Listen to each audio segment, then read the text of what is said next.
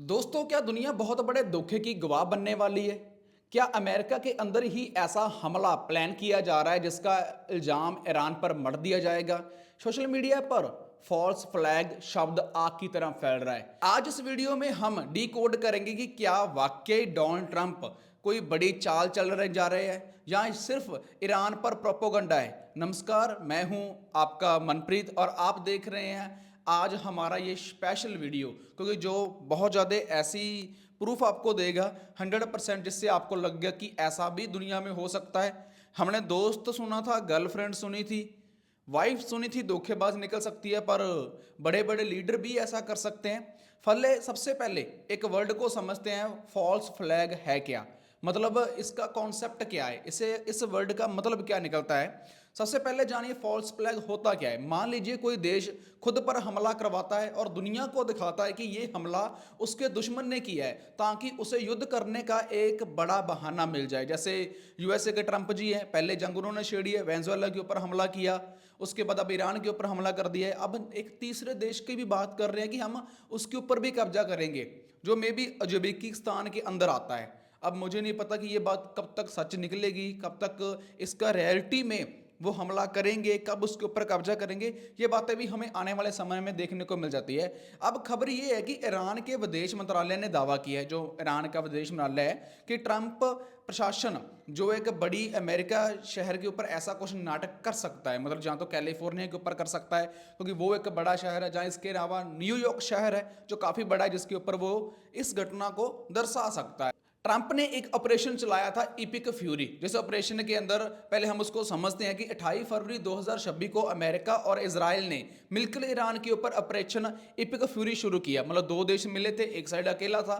तो ट्रंप का कहना है कि ये ईरान के परमाणु बम बनाने की कोशिश को रोकने के लिए हमला किया गया है, पर एक्चुअल में मसला कोई और है, क्योंकि जैसे वेनेजुएला के अंदर तेल बहुत पड़ा था, अब दुनिया के अंदर 20% जो तेल है वो ईरान से लिया जाता है। सो तेल का मसला है, बट ट्रंप जी इसके ऊपर धोखा दे रहे हैं, लोगों को गुमराह कर रहे हैं परमाणु बम को लेकर। अगर भाई वो परमाणु बम बना रहे हैं तो अपने लिए बना रहे हैं ना, तो तुम्हारी पिछवाड़े को आग क्यों लग रही है, सीधी बात। लेकिन ट्विस्ट तब आया जब अमेरिका के अपने ही बड़े अधिकारी, मतलब एक बहुत बड़ा अधिकारी था, जोई केंट ने इस्तीफा दे दिया। उन्होंने साफ कहा है कि ईरान से कोई खतरा नहीं था, ये जंग सिर्फ दबाव की शुरू की गई है, मतलब एक दबाव की वजह से ये जंग शुरू कर दी गई है। अब दबाव किसका था, क्या प्रोपोगंडा था, पहले उसको समझते हैं, पहले उसको देखते हैं, एनालाइज करते हैं अपनी तरफ से। आप भी मेरा साथ दीजिए कि जो मैंने एनालाइज किया है, जो चीज़ें मैंने सोची हैं, क्या वो 100% सच है, क्योंकि आपका साथ देना बहुत ज़्यादा जरूरी है।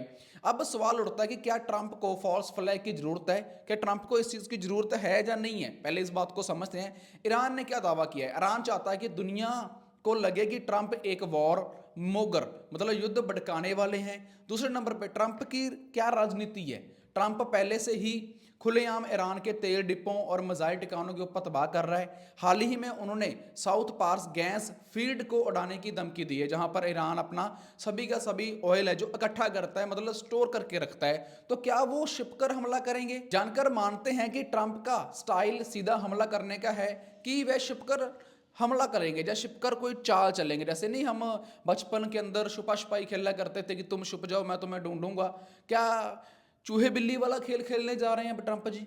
क्या लगता है आपको इसके बारे में। अब इसका भारत के ऊपर क्या असर पड़ने वाला है, सबसे बड़ी है। लेकिन दोस्तों, ये जंग की आंच भारत तक पहुंच चुकी है, क्योंकि जिस तरीके से गैस का जहां महंगाई का रेट हमें बढ़ता हुआ दिखाई दे रहा है, पेट्रोल की कीमतों की बात करें, स्टेट ऑफ हॉर्मज ने तनाव की वजह से कच्चा तेल महंगा हो गया है। अब हमारे भारत के अंदर पेट्रोल का रेट नहीं बढ़ा, बट वहां पर तो रेट बढ़ चुका है ना, जहां से हम लेते हैं। मिसाइल अटैक की बात करते हैं तो ईरान ने सऊदी और यूएई जैसे देशों पर ड्रोन हमले किए हैं, जहां लाखों भारतीय रहते हैं। तीसरे नंबर की बात करें, इसमें सबसे परेशानी है युद्ध की वजह से खाड़ी देशों में रहने वाले हजारों छात्र अपनी सीबीएसई परीक्षा तक नहीं दे पा रहे। अब जितने भी लोग वहां पर रह रहे हैं, खाड़ी में रह रहे हैं, तो अपनी परीक्षा कैसे दें, क्योंकि हमें पता है कि एग्जाम चल रहे हैं बच्चों के। सो एक बड़ा ये हमला, जहाँ बड़ी परेशानी अब भारत के लोगों को भी देखने को मिल रही है।